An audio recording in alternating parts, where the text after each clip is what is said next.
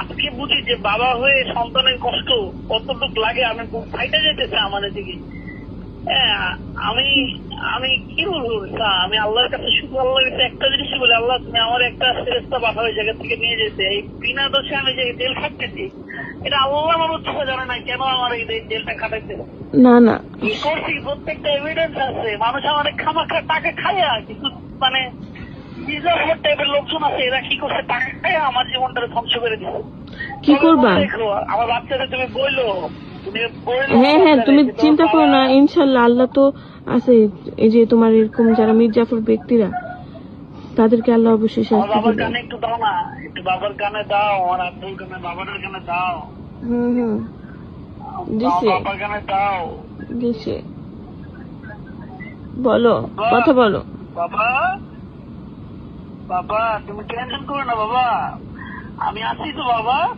পৃথিবীর যেখানেই থাকুক বাবা হচ্ছে সবচেয়ে বড় শক্তি। বাবা আমার লক্ষ্মী, আমার বাবা, আমি তোমাকে আদর করতে পারি নাই, তোমার জন্মের সময় আমি আদর দিতে পারি নাই। হে আল্লাহ তুমি দেখে নিও এটা। আল্লাহ এ কাইয়ুম এ কাইয়ুম তুমি দেখে নিও। আল্লাহ আল্লাহ আমার বাচ্চাটার কাছে আমাদের নিয়ে যাও। আল্লাহ আল্লাহ তুমি একটা ফেরেশতা পাঠাও।